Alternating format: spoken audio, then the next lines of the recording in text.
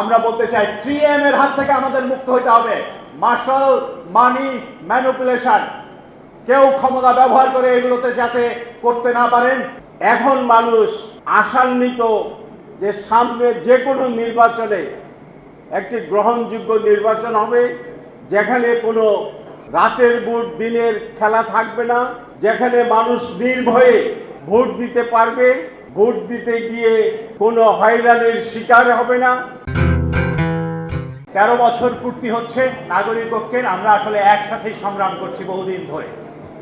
আমরা গণতন্ত্র মঞ্চের ভেতর দিয়ে, তার আগেও বিভিন্ন ধরনের আন্দোলনের ভেতর দিয়ে আসলে একসাথে সংগ্রাম করছি, এবং এই সংগ্রাম করছি আমরা আসলে মূলত একই ধরনের চিন্তাকে, কাছাকাছি ধরনের চিন্তাকে আমরা ধারণ করি এবং সেই সংগ্রামকে এগিয়ে নিয়ে যেতে চাই বলে, এবং বাংলাদেশে এই ফ্যাসিবাদ বিরোধী সংগ্রামকে একটা রাষ্ট্রের গুণগত রূপান্তরের জায়গায়, একটা গণতান্ত্রিক রূপান্তরের জায়গায় নিয়ে যাওয়ার জন্য, এখানে যাতে অধিকাংশ মানুষের কল্যাণ হয় সেই রকম রাষ্ট্র প্রতিষ্ঠার জন্য, এবং এইখানে সমস্ত ধরনের বৈষম্যের যাতে অবসান হয় সেইটার জন্য আমরা একসাথে যুগপৎ আন্দোলন করেছি। আমরা এই জুলাইয়ের অভ্যুত্থানের সময়ও সকলে একসঙ্গে ভূমিকা পালন করেছি। ফলে এই যে এই যাত্রায়, এই দীর্ঘ যাত্রায় বন্ধু হিসাবে আমরা পরস্পরের সাথে ছিলাম, ভবিষ্যতেও থাকবো এই আশাবাদ ব্যক্ত করছি।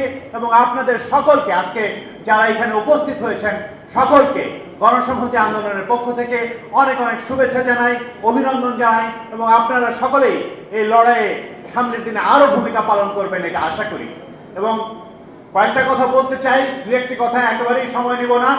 যে বাংলাদেশে আসলে যে ধরনের ব্যবস্থা কায়েম হয়েছিল, সেই ব্যবস্থার একটা অংশ ছিল হচ্ছে যে এই যে এখানকার কয়েকজন লুটেরাদের হাতে সমস্ত সম্পদ কেন্দ্রীভূত করে এখানকার বৃহত্তর জনগোষ্ঠীকে বঞ্চিত করার মধ্যে দিয়ে তারা এই ব্যবস্থা কায়েম করেছিল। ফলে জনগণের হাতে যদি সম্পদ না যায়, জনগণের যদি তাতে কোনো হিষ্ঠা না থাকে, তাহলে ভবিষ্যতে যে কোনো সংস্কারই আমরা করি না কেন জনগণের লাভ হবে না। ফলে জনগণের হাতে হিস্সা নিয়ে আসতে হলে জনগণের এই সংস্কার করতে হবে, জনগণের কাছে এই হিস্সা বুঝিয়ে দেওয়া। এবং এখানে এই ফ্যাসিবাদ কায়েম হয়েছিল যেটাকে ব্যবহার করে, সেটা হচ্ছে বাংলাদেশের সাংবিধানিক স্বৈরতন্ত্র। সেইটার জন্য আমরা এখন ঐক্যমত্য কমিশনে আলাপ করছি, এবং সেই ঐক্যমত্য কমিশনে সাংবিধানিক স্বৈরতন্ত্র যে সমস্ত উপাদান নিয়ে কথা হচ্ছে সেগুলো অনেক বিষয়ে আমরা ইতিমধ্যেই একমত হয়েছি। ফলে অগ্রগতি আছে, একেবারেই কোনো অগ্রগতি নেই তা নয়। 70 অনুচ্ছেদ বিষয়ে আমরা একমত হয়েছি, প্রধানমন্ত্রীর মেয়াদ বিষয়ে প্রায় ঐক্যমত্যে আমরা পৌঁছেছি। আমরা দেখা যাবে যে তত্ত্বাবধায়ক সরকার বিষয়ে আমরা একমত, এখানে বিচার বিভাগের স্বাধীনতা বিষয়ে একমত, এরকম আরো অনেক বিষয়ে আমাদের অগ্রগতি হচ্ছে। এবং সামনের বাংলাদেশে সমস্ত মানুষের অধিকার যাতে রক্ষিত হয় সেটার জন্য আমরা অঙ্গীকারবদ্ধ। সকলকে মিলে আমরা বাংলাদেশকে সেই জায়গায় নিয়ে যেতে চাই। আপনাদের সবাইকে সেই সংগ্রামে, আমাদের সংগ্রাম দীর্ঘ সংগ্রাম, এই সংগ্রাম যতক্ষণ পর্যন্ত আমাদের সমস্ত মানুষের অধিকার আদায় না হয় ততক্ষণ পর্যন্ত থামবে না। সেই সংগ্রামের ভেতরেই নির্বাচন আছে, এবং সেই নির্বাচনকে মান্না ভাই আজকে যেটা উল্লেখ করেছেন, আজকে নাগরিক ঐক্য যেটা উল্লেখ করেছে, যে একটা দাপট মুক্ত, ক্ষমতার দাপট মুক্ত সুষ্ঠু নির্বাচন চাই। আমরা বলতে চাই 3M এর হাত থেকে আমাদের মুক্ত হতে হবে। মার্শাল মানি ম্যানিপুলেশন কেউ ক্ষমতা ব্যবহার করে এগুলোতে যাতে করতে না পারেন সে বিষয়ে আমাদের সকলকে ঐক্যবদ্ধ থাকতে হবে। আগামী নির্বাচনকে বাংলাদেশে সারা বিশ্বের জন্য একটা উদাহরণ হিসাবে প্রতিষ্ঠা করার জন্য আমাদের সকলকে কাজ করতে হবে। আমরা সকলেই সেই লক্ষ্যে অটুট থাকবো এবং এগিয়ে যাব এই আশা রেখে আপনাদের সবাইকে অনেক অনেক ধন্যবাদ জানিয়ে আমার কথা শেষ করছি। সকলকে ধন্যবাদ। সামনে নির্বাচন, ঠিক এই মুহূর্তে হয়তো ফেব্রুয়ারিতে নির্বাচন হবে যদি প্রধান উপদেষ্টা তার কথা রাখেন, না হলে এপ্রিল হবে। নির্বাচন তো হবে, কিন্তু সেই নির্বাচন যেন দাপটমুক্ত নির্বাচন হয়, গ্রহণযোগ্য নির্বাচন। এই সাবজেক্টটি নিয়েই এখানে মান্নাভাই উপস্থিত করেছেন এই আলোচনা সভার। আমরা বলবো, আপনারা জানেন গত ফ্যাসিস্ট সরকার, খুনি হাসিনা সরকার তিনটি নির্বাচন কিভাবে করেছেন সেটা আপনাদের সকলের জানা। সেই নির্বাচনে এই দেশের মানুষ ভোট দিতে পারে নাই, আপনারা ভোট দিতে পারেন নাই, আমরা ভোট দিতে পারি নাই। এই যে মানুষ 17 বছর ভোটের অধিকার থেকে, নাগরিকের যে অধিকার, ভোটের অধিকার থেকে বঞ্চিত ছিলেন, এখন মানুষ আশান্বিত যে সামনে যে কোনো নির্বাচনে একটি গ্রহণযোগ্য নির্বাচন হবে, যেখানে কোনো রাতের ভোট দিনের খেলা থাকবে না, যেখানে মানুষ নির্ভয়ে ভোট দিতে পারবে, যেখানে মানুষ ভোট দিতে গিয়ে কোনো হয়রানির শিকার হবে না, এমন একটি গ্রহণযোগ্য নির্বাচনের কথা মান্নাভাই বলেছেন। এটা এই দেশে মান্নাভাই বলেছেন, সেটা এই দেশের মানুষের আশা-আকাঙ্ক্ষার প্রতীক, যে একটি ক্ষমতার দাপটমুক্ত গ্রহণযোগ্য নির্বাচন। আমরা সেই গ্রহণযোগ্য নির্বাচনটি চাই। মান্নাভাই, আমরা গণতন্ত্র মঞ্চ করেছি, আমরা কাঁধে কাঁধ মিলে রাজপথে লড়াই সংগ্রাম করেছি মানুষের ভোটের অধিকার ফিরিয়ে দেওয়ার জন্য।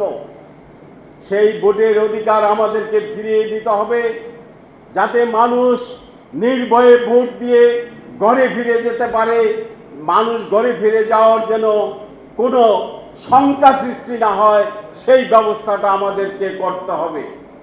বন্ধুগণ, আমি এখানে শুধু দাপটমুক্ত ভোট, গ্রহণযোগ্য নির্বাচনের কথাই বলবো না, এই দাপটমুক্ত রাজনীতিও আমাদেরকে প্রতিষ্ঠিত করতে হবে।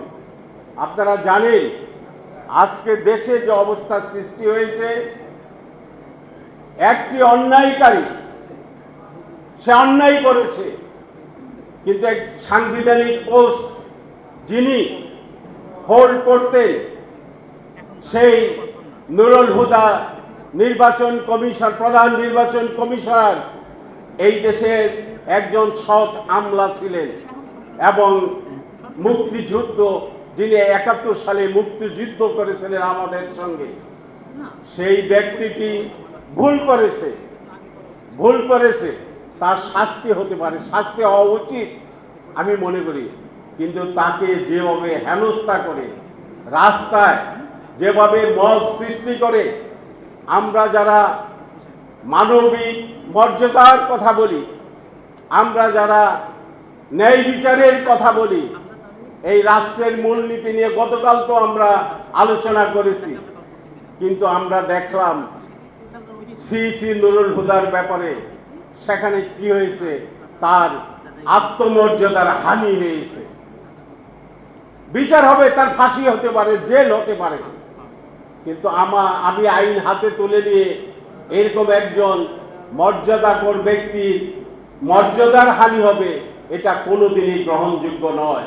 এটা এদেশের মানুষ গ্রহণযোগ্য করবে না। ওই খুনি হাসিনার দলের লোকদের সঙ্গে আমাদের কি তফাৎ? আমরাও তো সেই পথে যাব। যদি এগুলা হতে থাকে, এই ধরনের আত্মমর্যাদার হানির মতো ঘটনা ঘটতে থাকে, আমাদেরও পরিণতি সেটাই হবে। এটা আমরা যারা রাজনীতি করি, রাজনৈতিক কর্মী, আমাদেরকে মনে রাখতে হবে, কারোর আত্মমর্যাদা আঘাত হানা যাবে না। আমরা জাতীয় ঐক্যমত্যে প্রত্যেকদিন যাচ্ছি। রুবেল এখানে উল্লেখ করেছেন, আমাদের অনেক মতেই সবচেয়ে বড় জিনিস, বিএনপি একটি বড় রাজনৈতিক দল, তাদের সঙ্গে আমাদের এই যে আমরা 70 অনুচ্ছেদ আমরা একমত পোষণ করছি, বিএনপি এটার সঙ্গে একমত করে। এটা বিরাট অর্জন, এই দেশের মানুষের জন্য অর্জন, যেটা বিএনপি সহ আমরা 70 অনুচ্ছেদ, যার মাধ্যমে এই দেশে ফ্যাসিস্ট হতো, কর্তৃত্ববাদী শাসন প্রতিষ্ঠিত হতো, স্বৈরাচার প্রতিষ্ঠিত হতো, অন্তত সেই কাজটি বিএনপির সঙ্গে আমরা যেভাবে রাজপথে লড়াই সংগ্রাম করেছি, ঠিক সেভাবেই জাতীয় ঐক্যমত্য কমিশনে আমরা একমত হয়েছি। এবং আরেকটি বিষয়ে আমরা একমত হয়ে গেছি, সালাউদ্দিন সাহেব নিজে, উনি এখানে উপস্থিত আছেন, উনি মানেন দুই মেয়াদের বেশি কেউ প্রধানমন্ত্রী থাকবে না, এটাও তারা ঐক্যমত্য হয়েছেন আমাদের সঙ্গে। এটা আমাদের দেশের জন্য, আমাদের জন্য চরম বিজয় এবং চরম অর্জন আমরা মনে করি। বন্ধুগণ, আমাদের অনেক কিছু হবে, বাকি যতটুকু থাকবে আমরা সংসদে গিয়ে যারা নির্বাচিত হয়ে আসবেন তারা আইন প্রণয়ন করবেন, এটাই নিয়ম। আর সব বিষয়েই আমরা একমত হব এটা হইতে পারে না। তাই তো আমি বিএনপি করতাম, আরেকজন আরেক দল করতো কেন? আমরা তো সবাই তাহলে বিএনপি করতাম। আমাদের মধ্যে দ্বিমত থাকবে, আলোচনা থাকবে, সৌহার্দ্যপূর্ণ আলোচনা প্রত্যেক দিন হচ্ছে, আমরা যাচ্ছি, আলোচনা করতেছি, একমত হচ্ছে, কোনো বেশি একমত হতে পারছি না, আবার চেষ্টা করছি সময় নিয়ে আমরা একমত হওয়ার জন্য। বন্ধুগণ, কাজেই ঐক্যমত কমিশন নিয়ে হতাশ হওয়ার কিছু নাই। কালকে গণমাধ্যমের কর্মীদের সামনে আমি কথা বলেছি, অনেকেই হতাশা ব্যক্ত করেছেন। হতাশার কিছু নয়। আজকে একটি পত্রিকা দেখলাম হতাশাব্যঞ্জক 2-3টি হেডলাইন করেছেন। আমি এক নজর দেখছি, পুরা নিউজটা পড়তে পারি নাই, কিন্তু এটাও ঠিক না। আমরা যতটুকু পারি ঐক্যমত পোষণ করব, বাকিটুকু আমরা আমাদের নির্বাচিত প্রতিনিধিরা সংসদে গিয়ে সেই কাজটি করবেন। আমরা মনে করি গত 54 বছর দেশ যেভাবে চলেছে এইভাবে এই দেশ আর চলতে দেওয়া হবে না এবং চলবে না, আমরা চালাবো না ওইভাবে, এই আশাবাদ ব্যক্ত করে। এবং আমি নাগরিক ঐক্যের আজকের এই প্রতিষ্ঠাবার্ষিকীর আলোচনার সফলতা কামনা করে আমি আমার বক্তব্য শেষ করছি। ধন্যবাদ। আসসালামু আলাইকুম।